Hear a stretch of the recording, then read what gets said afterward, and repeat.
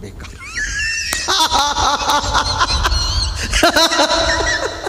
तो हमने कहा तो भ्रष्ट का क्यों सुनेंगे जब सब भ्रष्ट है।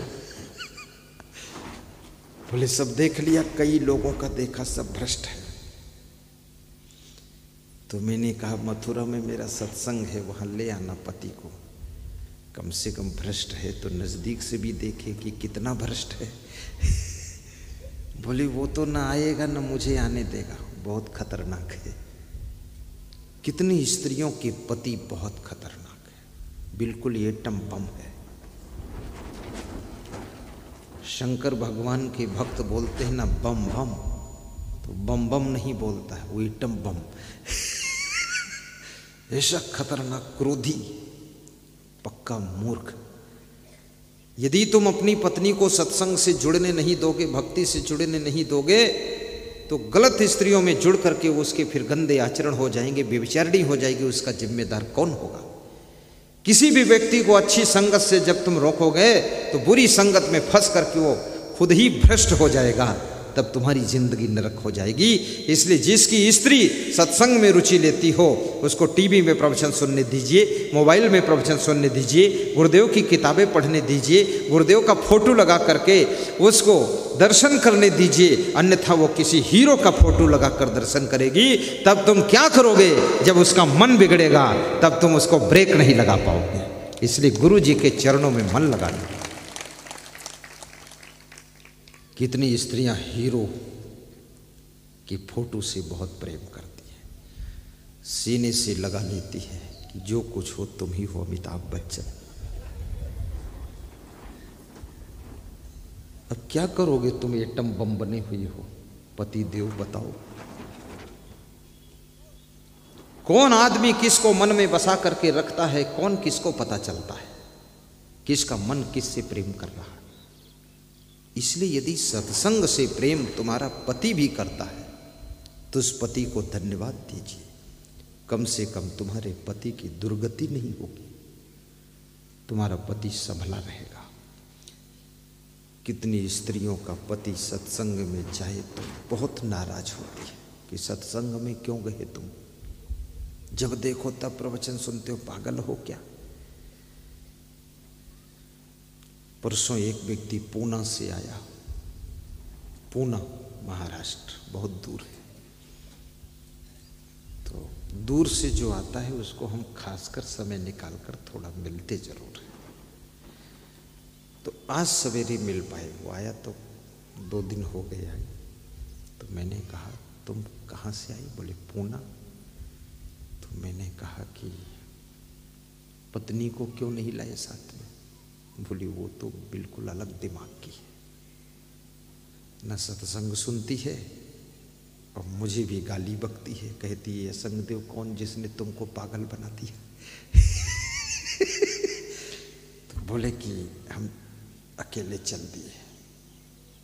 बोले छत्तीसगढ़ के भी कुछ दोस्त लोग थे, मैंने कहा चलो तुम रास्ता बता देना, टिकट हम करा देंगे, पहुंचा दो गुरु जी के पास। वो लोग बोले हमें टाइम नहीं, तो मैं अकेले चल दिया।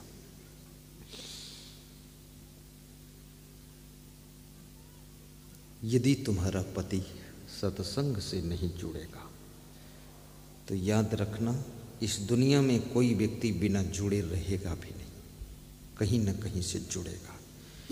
यदि आध्यात्मिक ग्रंथ नहीं पढ़ोगे तो फिल्मी गीतों की किताबें पढ़ोगे, यदि प्रवचन नहीं सुनोगे तो पिक्चर देखोगे, सीरियल देखोगे, आखिर ये मन कहीं न कहीं तो लगेगा ही। और जिसका पति सत्संगी हो वो नारी सौभाग्यवती है, और जिसकी पत्नी सत्संगी हो वो पुरुष भी किस्मत वाला है, क्योंकि दोनों सत्संग की गंगा में स्नान कर रहे हैं। दोनों का स्वभाव, दोनों की वाणी, दोनों के कर्म पवित्र होते जा रहे हैं और दोनों की जिंदगी धन्य हो रही है, और दोनों बराबर ज्ञान प्राप्त कर रहे हैं, भक्ति कर रहे हैं। दोनों ने अपने घर को स्वर्ग बना दिया है।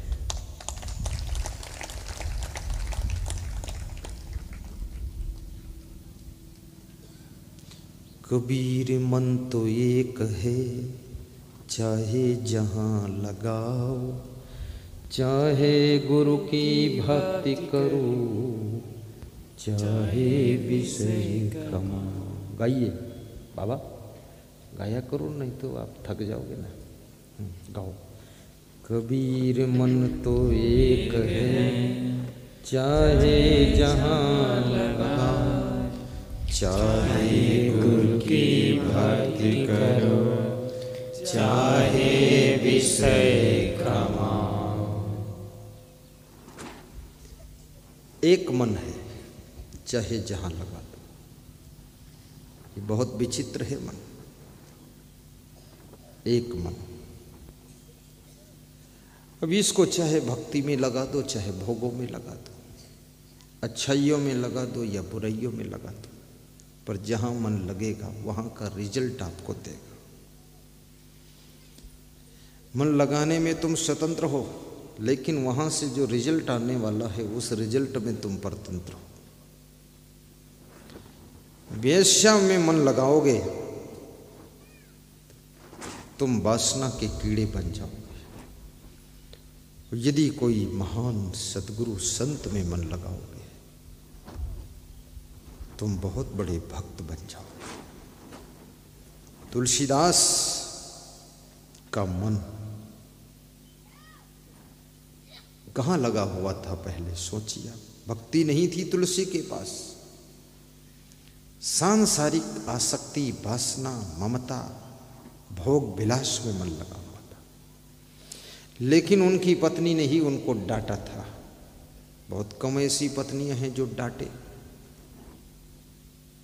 उसने डांटा और कहा कि हड्डी मांस के पुतले में इतना मोह करते हो, इतना प्रेम अगर भक्ति भाव में कर लेते तो तुम्हारी मुक्ति हो जाती, कहां फंसे पड़े चक्कर में। सूरदास को एक वेश्या ने डांटा था,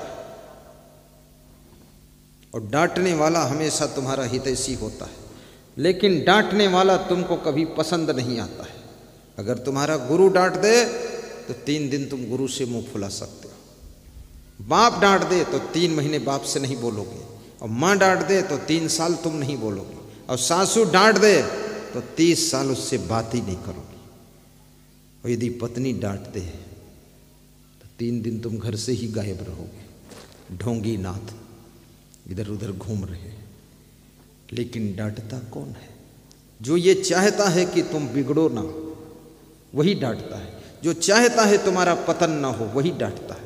जो चाहता है कि तुम बर्बाद ना हो, वही डांटता है। जो चाहता है कि तुम्हारी बदनामी ना हो, वही डांटता है। जो चाहता है कि तुम्हारी जिंदगी बेकार ना हो, वही डांटता है। जो चाहता है कि तुम मुझसे भी अच्छे और महान बनो, वही तुमको डांटता है। इसलिए डांटने वाले को धन्यवाद देना चाहिए। डांटने की कौन फीस देता है? और डांटने में बहुत मेहनत पड़ती। प्रेम करने में ज़्यादा मेहनत नहीं, बस खीसे काट दो, बोल दो जयराम जी की साहेब बंदेगी सब कुशल मंगल है, स्वास्थ्य अच्छा है, और बुआ जी ठीक है, फुआ जी ठीक है, और फुई और रुई का क्या हाल है, बस पूछ लो, ऐसे हो गया प्रेम। लेकिन डांटने में थोड़ा एडिशनल एनर्जी खर्च होती है, किसी को डांटना होता है। पर याद रखना, डांटना भी उसी को जिसका प्रेम तुमसे हो, उसी को डांटना। और जिसका प्रेम नहीं है उसको फालतू डांट करके अपने दुश्मन को खड़ा मत करना। जाने दो नालायक को, उसके चक्कर में मत पड़ो फालतू फिर।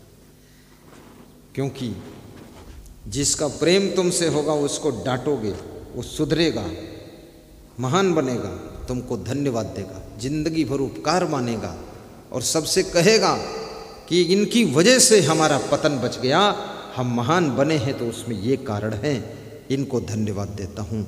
लेकिन जिसका प्रेम नहीं, उसको तुम समझाओगे तो भी तुम पर गुस्सा आएगी।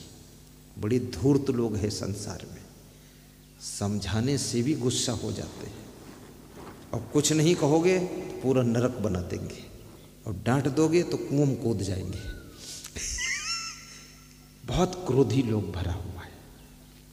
परंतु याद रखना, जिंदगी बिगड़ेगी तो आपकी, बनेगी तो आपकी, सुधरेगी जिंदगी तो आपकी, बदलेगी जिंदगी तो आपकी, सुगंध आएगी जिंदगी में तो आपकी, और बदबू उठेगी आपकी जिंदगी में तो आपकी। और याद रखना, सुख मिलेगा तो वो भी जिंदगी आपकी, और दुख पाओगे तो दुखी जिंदगी आपकी। आप जिस ढंग से जियोगे, जिस तरह के कर्म करोगे, वो सब आपकी जिंदगी को ही रिजल्ट मिलने वाला है। इसलिए कृपया माँ बाप और सास ससुर और गुरु और बड़े भाई और समझाने वाले को धन्यवाद दीजिए और सरलता से स्वीकार कीजिए। उनसे कहिए कि आप धन्य हो जो मेरी इतनी फिक्र करते हो, मुझे इतना डांटते हो।